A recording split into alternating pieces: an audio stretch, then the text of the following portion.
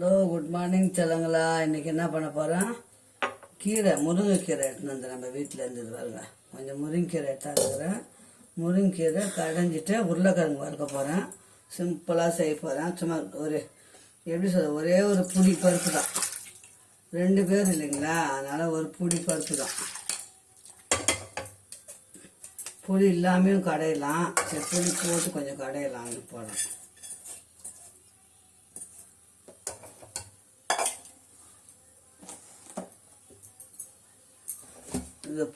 இது பொடி உருளைக்கிழங்கு வாங்கிட்டு வந்தேன். இதை வந்து நம்ம 65 வறுக்கிற மாதிரி வறுக்க போகிறேன். சூப்பராக இருக்கும்.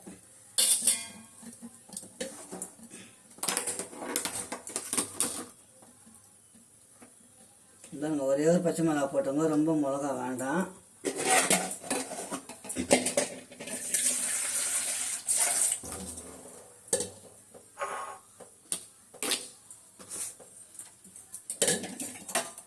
ஒரு பச்சை மிளகாய், ஒரு தக்காளி, ஒரு வெங்காயம், இவ்வளோதான் இதுக்கு போடுற பொருள்.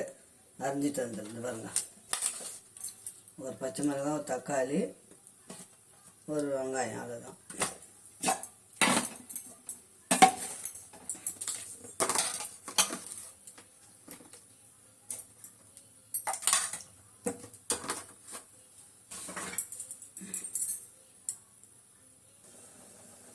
முருங்கைக்கீரை வந்து ரொம்ப அயன் சத்து பிள்ளைங்களா, அதனால தான் வந்து முருங்கைக்கீரை கூட்டு பண்ணலாம், பொரியல் பண்ணலாம்.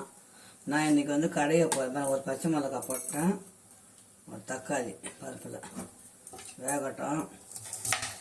அயன் சத்து முருங்கைக்கீரையில், அதனால தான் அன்றைக்கி அப்பப்போ செய்கிறது. நம்ம வீட்டிலே இருக்க தொட்டு நான் அப்பப்போ செய்வேன். நான்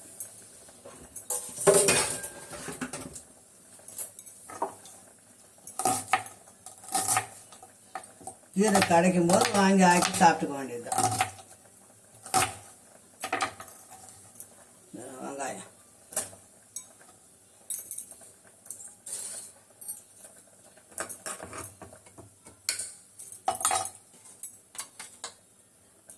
இந்த கீரையும் அந்த பாருங்க, இதிலே போட்டுருங்க. நல்லா வெந்துட்டோம். ஒரு விசில் 2 விசில் வச்சிடணும்.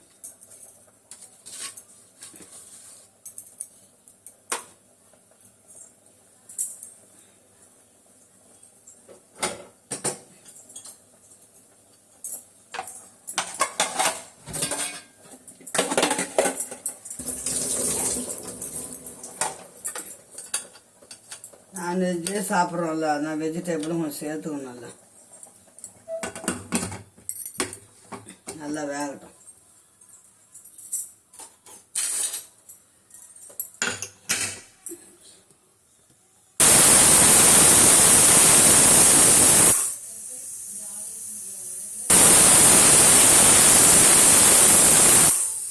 பாருங்க சொல்லுங்களா, இந்த உருளைக்கிழங்க மசாலா போட்டு பரட்டி வச்சுட்டு அப்படியே எண்ணெயில் போட்டு வறுக்க போகிறேன். 1 ஸ்பூன் கார்ன்ஃப்ளவர்,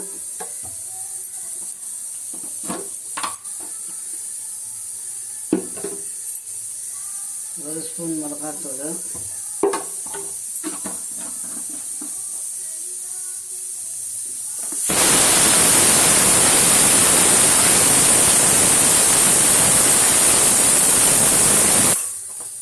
கொஞ்சம் மஞ்சள் பொடி,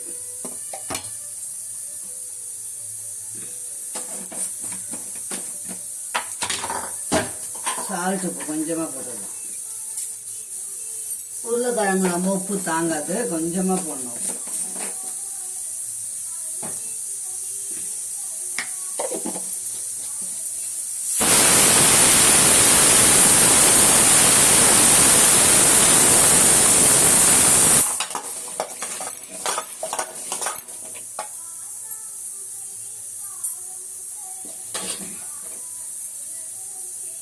எதுக்கு கொஞ்சோண்டு கார்ன்ஃப்ளவர் போட்டோம்னா கொஞ்சம் நல்லா இருக்கும், சாப்பிட டேஸ்ட்டாக இருக்கும்.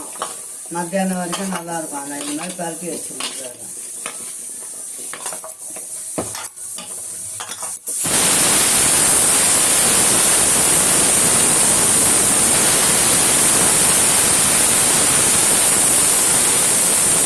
ஒரு புளியாங்காட்டு சைஸ் அளவுக்கு புளி போடணும். அப்போ தான் வந்து கெட்டு போகாது, டேஸ்ட்டும் கொஞ்சம் கூட இருக்கும். நம்ம இறக்கிட்டு சூட்டில் போட்டு கடைஞ்சிடலாம். இப்போ பாருங்கள், நல்லா வெந்துச்சு பாருங்கள். இதை நல்லா மத்து வச்சு கடைஞ்சிக்கலாம். அதுக்குள்ள ஒரு காஃபி சூடாக குடிச்சிடலாம். அதுதான் காஃபி வச்சுருக்கிறேன். சட்டி இருந்தால் சட்டியில் போட்டு கடையலாம். நம்ம வீட்டில் சட்டி இல்லை, நான் அந்த குக்கர்லேயே தாங்க போட்டு கடைஞ்சிடுவேன்.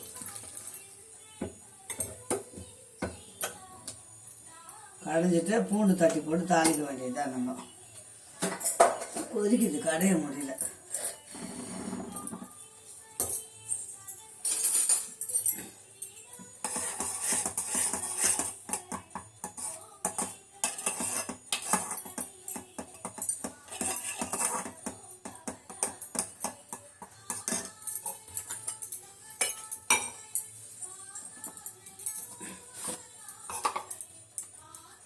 காஃபி குடிச்சிட்டு கீரை தாளிக்கலாம். காஃபி குடிச்சாதான் சுறுசுறுப்பாக இருக்கும் உடம்பு.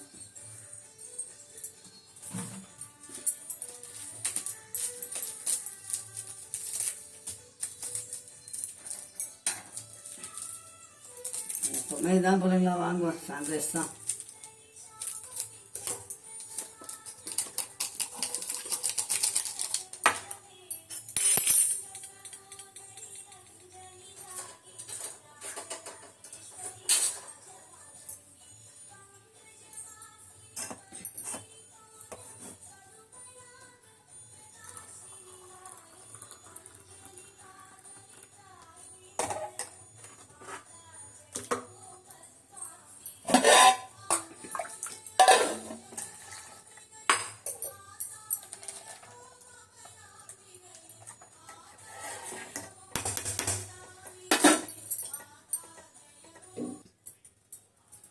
அதுதான் பிள்ளைங்கள பாருங்க, கீரை நல்லா கடைஞ்சிட்டனுங்களா.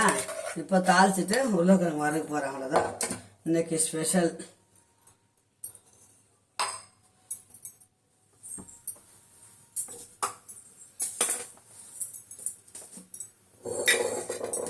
கீரைக்கு எப்போவுமே கொஞ்சமாக வடகம் போட்டு தாளித்து பாருங்க, சூப்பராக இருக்கும். கொஞ்சோண்டு வடகம் போடுங்க, காஞ்ச மிளகா பூண்டு தட்டி வச்சுருக்கிறேன், இதை போட வேண்டியது. அவ்வளோதான், சிம்பிளாக தான் செய்வேன் நான்.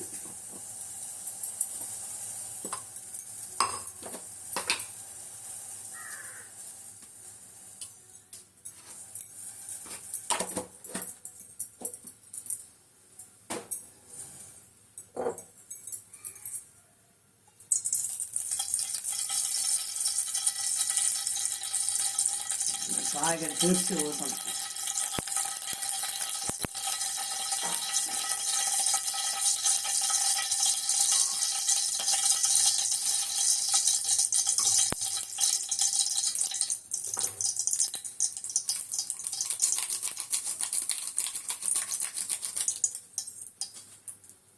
கொஞ்சம் வடகம் போட்டுங்க. நான் மீன் குழம்பு தான் போடுவாங்களே, கீரைக்கு போடுறேன்னு நினைக்காதீங்க, போட்டு சாப்பிட்டு பாருங்க, சூப்பராக இருக்கும். காஞ்ச மிளகா பூண்டு, பெருங்காயம் நம்ம பருப்புலேயே போட்டுட்டோம், அதனால இதை போட தேவை.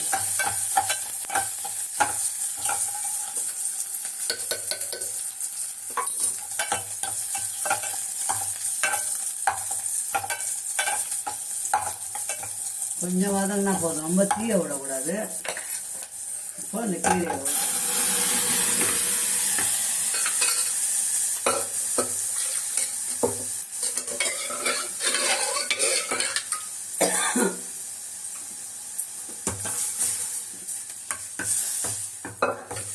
ஒரே ஒரு புளி கீரை தாங்க நம்ம வீட்டில் நெட்டாந்தேன், வேலை முடிஞ்சது.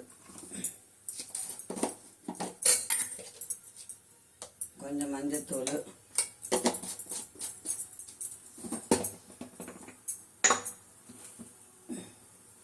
உப்பு கொஞ்சமாக போட்டுங்க, பத்தலைன்னா கூட போட்டுக்கலாம்.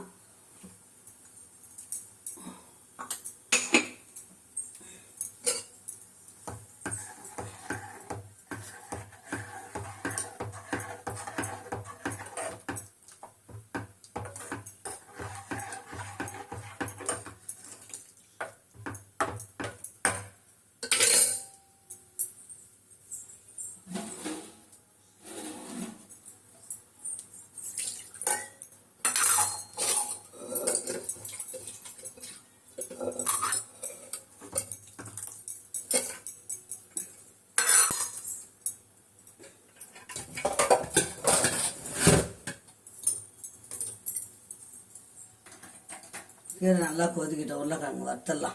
முடிஞ்சிச்சு பிள்ளைங்க பாருங்கள். கீரை அவ்வளோதான், ஒரு கொதி வந்தாலே ரொம்ப கொதிக்க வேண்டாம். கீரை இறக்கியாச்சு, சூப்பரான கீரை கடைஞ்சாச்சு, டேஸ்ட்டாக இருக்கும். இப்படியே உருளைக்கிழங்கு வறுத்துக்கலாம்.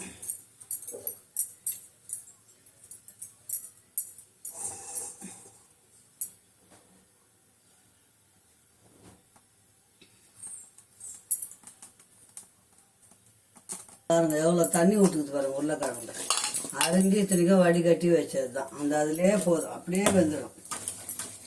கொஞ்சம் பெப்பர் பொடி போடுவேன் நான்.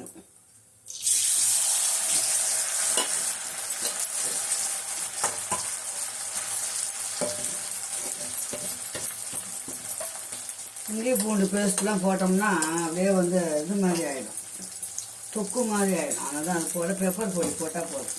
கொஞ்சம் பெருங்காயத்தூள் போடுவேன், அதுதான்.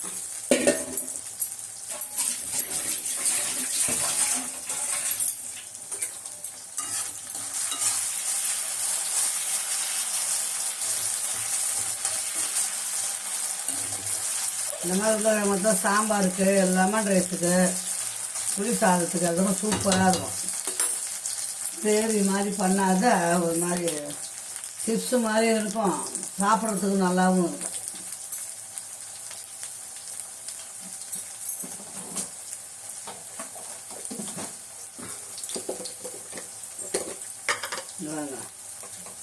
முட்டை மசாலா பொடி வச்சுருக்கேன்ல, அது கொஞ்சம் போட்டுடலாம், சூப்பராக இருக்கும்.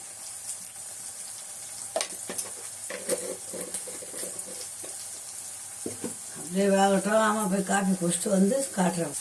இப்போ பாருங்கள், உருளைக்கிழங்கு மொறுன்னு ஆகி வச்சு பாருங்கள். சிப்ஸு மாதிரி இருக்கும். குழந்தைங்களும் நல்லா அன்பாக சூப்பராக இருக்குது, நல்லா சாப்பிடுங்க. இந்த மாதிரி வறுத்து கொடுத்தீங்கன்னா மிளகு பொடி போடுங்க, சோம்பு மிளகு பொடி போட்டு கொஞ்சம் பெருங்காயம், இஞ்சி பூண்டுலாம் வேண்டாம். அது தக்காளி மாதிரி வெங்காயம் போட்டு கிரேவி பண்ணும்போது இஞ்சி பூண்டு போட்டுக்கலாம். இந்த மாதிரி வறுத்து கொடுத்தா சாம்பாருக்கு, ரசத்துக்கு, கீரைக்கு சூப்பராக இருக்கும். அவ்வளோதான், உருளைக்கிழங்கு முடிஞ்சு போச்சு. சாதம் வச்சிட்டோம்னா இன்னைக்கு வேலை முடிஞ்சிது.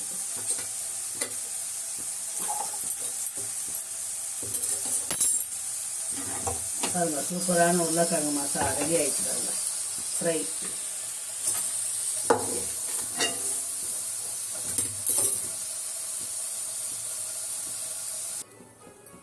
பாருங்க பிள்ளைங்களா, கீரை கடைஞ்சாச்சு, உருளைக்கிழங்கு பொரியல் பண்ணியாச்சு, ஃப்ரையே. சாதம் அந்த பக்கம் வச்சுருக்கிறேன். அவ்வளோ மாவை ஊற்றிட்டோம்னா இட்லி, வேர்க்கடலை சட்னி இன்னைக்கு ஸ்பெஷல். அவ்வளோதான்.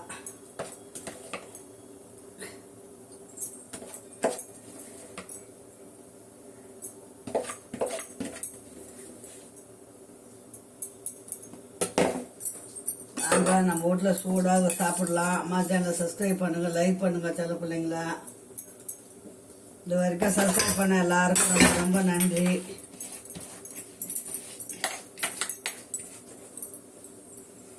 மாவு காலி, இட்லி மாவு காலி. அவ்வளோதான்.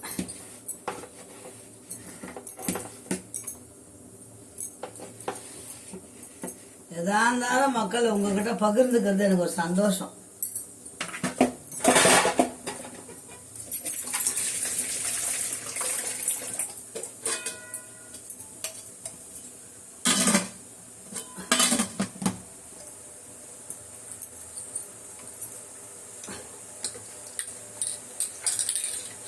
அரிசி போட்டோம்னா சாதம் அந்த பக்கம் வெந்துடும். 6 மணிக்கு எழுந்தாலும் 7 மணிக்கெலாம் எல்லா வேலையும் முடிச்சுடுவோம் இல்லைங்களா. அதெல்லாம் அரிசி அந்த பக்கம் போட்டேன்.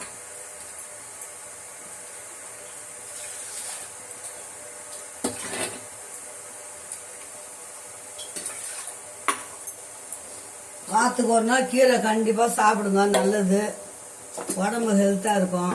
நம்ம வீட்டில் வர கீரையே போட்டுருவோம் பிள்ளைங்களா. ஓகே, பாய் சொல்லங்களா. இந்த வீடியோ இதோட முடிச்சுக்கலாம். அம்மா சேனலை சப்ஸ்கிரைப் பண்ணுங்கள், லைக் பண்ணுங்கள். பாய். கீரை, உருளைக்கிழங்கு பொரியல், ரசம், வேர்க்கடலை சட்னி, இட்லி இன்னைக்கு சூப்பரா. வாங்க, சூப்பராக சாப்பிடலாம். பாய் சொல்லங்களா.